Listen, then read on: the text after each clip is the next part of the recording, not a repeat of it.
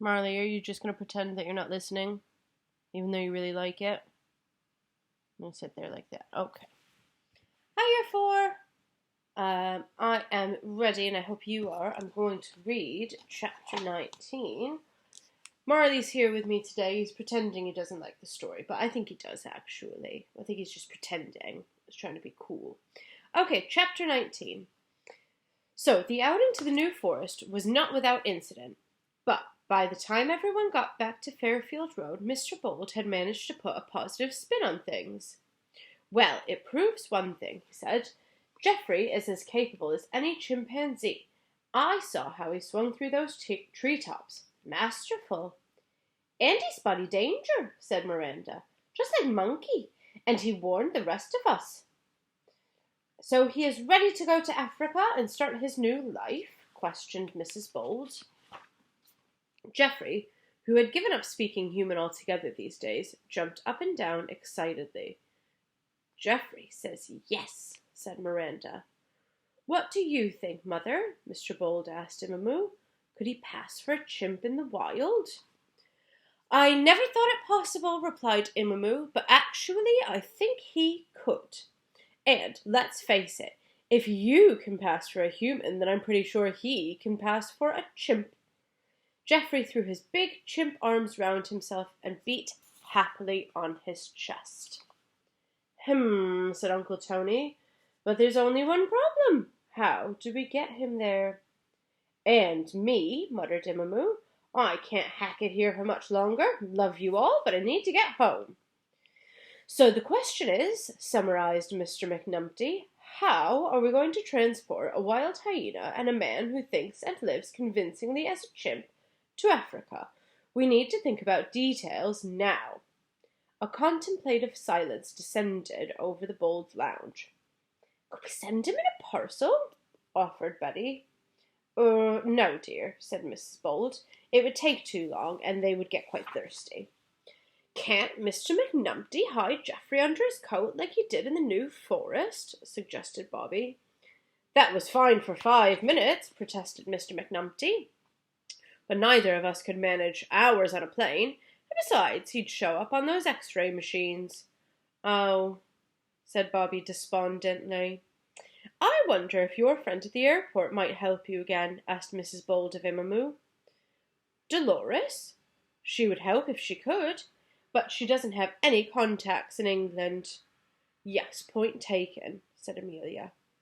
A little while later, Mrs. Dobson popped round for her weekly update on Geoffrey's progress. She sat scratching her son's chin while Bobby and Betty told her all about their adventure in the New Forest and the unexpected interruption from the wardens. What a clever chimp you are, she said when she heard how Geoffrey had hidden under Mr. McNumpty's big coat. There she is. So, now we think Geoffrey is ready, Mrs. Dobson, said Mr. Bold. Ready for his new life in Africa? Would you like that, Geoffrey? Geoffrey made it clear that he would, honking loudly and nodding. I think so too, said Mrs. Dobson. I can hardly remember you as you once were. Remarkable. But now we have to find a way to get Geoffrey and Imamu to Africa. Well, I was thinking about that, said Mrs. Dobson. Oh, yes, said Mrs. Bold. Yes, and I was thinking I might quite like to go too.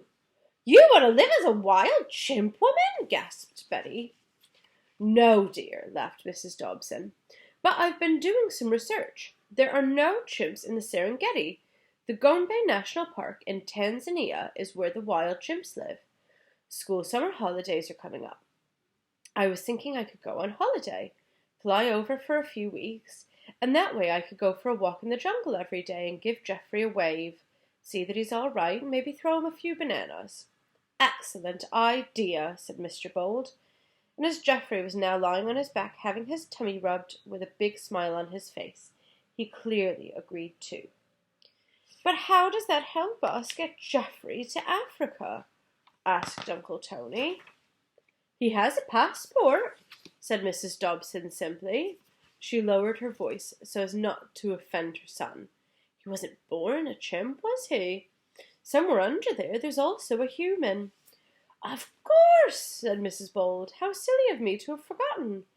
But to travel there on a plane, Geoffrey would have to go back to being human again, just for the day. Do you think he can remember what to do? Everyone looked doubtfully at Geoffrey, who was now picking at his feet with his long, dirty nails, not listening to them at all. Oh dear, said Mrs. Dobson. Very confusing for him. After all your hard work chimpifying him. A means to an end, that's all, said Mr. McNumpty. Leave it to me. Oi, Geoffrey, he said sharply. Geoffrey looked up from his task. You want to go to Tanzania and live with the wild chimps? Geoffrey's eyes filled with tears of joy, and he nodded enthusiastically. Good. And would you do absolutely anything to be able to go to Africa? Geoffrey nodded some more. Anything at all? More nodding. Now, I know you don't want to be a human. You probably don't even consider yourself a human anymore, do you? Geoffrey shook his head vehemently. No, and you're not. You're a chimp man. But listen to me, old chap. To get you to Africa, you're going to have to be human one last time. Geoffrey looked alarmed. Just for one day. One tiny little day. Worth it, though. A means to an end. And as soon as you get there, off you go. Free at last. Do you understand? Geoffrey nodded sadly, and then went back to picking his feet. There we are. Job done, said Mr. McNumpty. Imamaloo cleared her throat. And what about me? She demanded. How am I going to get home to the Serengeti? No one had an answer for that just yet. How do you think she's going to get there? I'm not sure, but I reckon that the Bolds are going to find a way. So, Marley, what do you reckon? You say? No. Still pretending he's not listening. All right, year 4. Well, I look forward to finding out what you thought about what's going to happen, and also what Julian Clary writes for the rest of it. I will see you tomorrow. Have a lovely afternoon. Remember to be kind and take care of your parents. Bye.